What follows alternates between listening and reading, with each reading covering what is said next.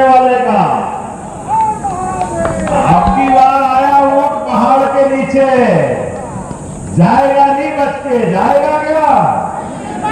तो हमारे बीच ये चुनाव आपका नहीं है, ये गौ माता की लड़ाई का चुनाव है, गंगा माता का चुनाव है, भगवान और राम और कृष्ण का चुनाव है। मैं इस बात को जब कहता हूं तो कई कांग्रेस के मित्र मेरी शिकायत करते हैं, आप धर्म की बात क्यों करते हो? अरे भाई, धर्म की बात नहीं करूं तो क्या अधर्म की बात करूं? आप बताओ माता, अधर्म की बात करना चाहिए? आप बताइए किसकी बात करें? जब चुनाव की बात कर रहे हैं तो दिल खोल के बात करेंगे, और दिल खोल के बात करेंगे तो वो अतीत से जोड़ के गौरवशाली। अभी आपने मुझे मुकुट पहनाया, कहीं आपने बताया मोर मुकुट भी दे दिया, चांदी का मुकुट भी है, मोर मुकुट भी है, कोई बांसुरी भी लाया। लेकिन मित्रों, मैं आपसे एक बात जरूर बताना चाहूंगा, हम भगवान कृष्ण का जीवन देखें। बांसुरी उनने तब तक ही बजाई जब तक कि गौ माता का संग रहा, लेकिन जैसे ही कंस वाले लोग आए हाथ में उनके, तो कंस के संहार के समय उनने बांसुरी एक तरफ रख दी और अपने दूसरे हथियार सुदर्शन चक्र से इनका काम करना चालू कर दिया। शेर की बांसुरी तो तभी बजेगी जब तक कंस और कंस की वृत्ति के लोग खत्म नहीं होंगे।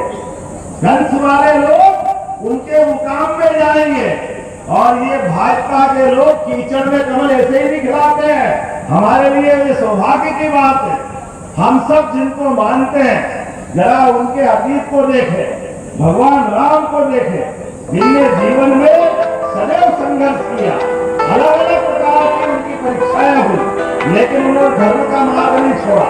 अपने आप के जीवन से सदैव उन्हें अपनी मर्यादा का पाठ पढ़ाया। लेकिन हमको मालूम है 17 लाख साल पुरानी बात, तो थोड़ा ज्यादा पुराना हो गया त्रेता युग, द्वापर जरा नजदीक है, ये 5000 साल पुरानी बात। दोनों एक ही थे, भगवान राम हो या भगवान कृष्ण, दोनों में कोई अंतर नहीं है। लेकिन दोनों में जो मूल अंतर है, एक ने अपने जीवन में मर्यादा का धारण करके, मर्यादा की सबसे बड़ी पराकाष्ठा करके दुनिया के अंदर अपना जीवन का आदर्श उत्पन्न किया, और दूसरे हुए गोपाल कृष्ण। आप भगवान की प्रतिमा तो देखो, क्या प्रतिमा है, क्या आनंद आता है। उनके ऊपर के अंग से लेके नीचे तक के हर अंग में एक मुस्कुराहट है, एक आनंद है, और एक बाकापन है जो दूसरों को सीधा कर देता है। हमें इस बात का आनंद आता। गोपाल कृष्ण भले थोड़े अपने आनंद में डूबे, लेकिन जो जो उनके सामने आया आना इच्छा, तो ये माखन मिश्री और मेरे हाथ में हथियार देके लोग आनंद ऐसे ही नहीं लेते हैं। मुझे इस बात की प्रसन्नता है, यदुवंशियों ने जब जब अन्याय हुआ, जब जब आतंक बढ़ा, जब कोई गलत मार्ग पे गया, उसको सही मार्ग में लाने की अपनी बड़ी भूमिका हजारों साल से अदा की है। और वो परंपरा बंद होना चाहिए क्या? आप बताइए, बंद होना चाहिए क्या? हमको ये लगता है कि हमारा प्रत्याशी कोई बने तो वो गीता को सिर पे लगाने वाला होना चाहिए कि नहीं होना चाहिए, कि गीता से नफरत करने वाला होना चाहिए?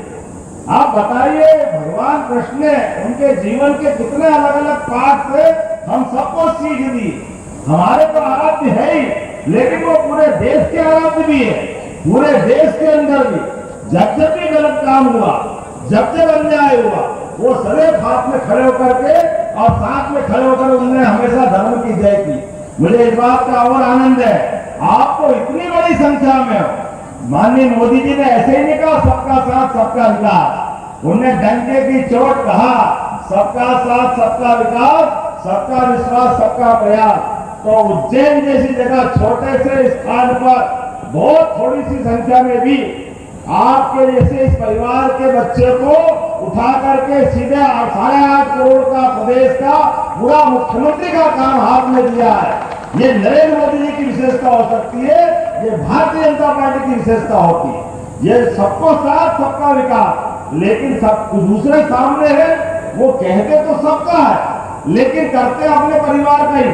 वो अपने परिवार के अलावा किसी पे भरोसा नहीं करते, ये उनकी अपनी लाइन।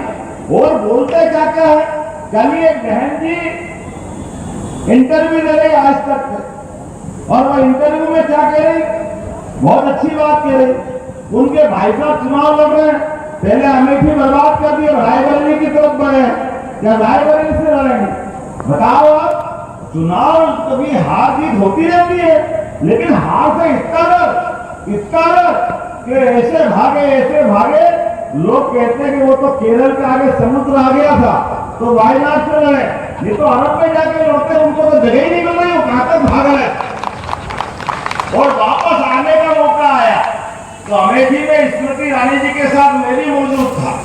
जब उनका हाथ भरा रहा तो समाचारों में पढ़ा हमने कि सारे वापस लड़ने आने वाले। तो मैंने कहा उनसे कि बहन जी आपका चुनाव इनसे होगा, तो उन्होंने कहा ये बात तो सही आपने कहा कि इनसे हो सकता था, लेकिन मैं आपको लिख के दे सकती हूँ आप तो बिल्कुल नहीं होएगा। तो मैंने क्यों नहीं होगा? बोले अब आप आ गए यहाँ पे, यहाँ का हिसाब इनका गड़बड़ा दिया, अब इनकी हिम्मत नहीं कि ये अमेठी चुनाव लड़ ले। आप बताओ, वो कहते मैं किसी से नहीं लड़ता, लेकिन चुनाव लड़ने के लिए पूरा खानदान 5 पीढ़ी हो गई। आप रहते हो भैया दिल्ली में, लेकिन चुनाव लड़ने यूपी में आते, आप किसी से नहीं लड़ते हो, तो आप अपने घर से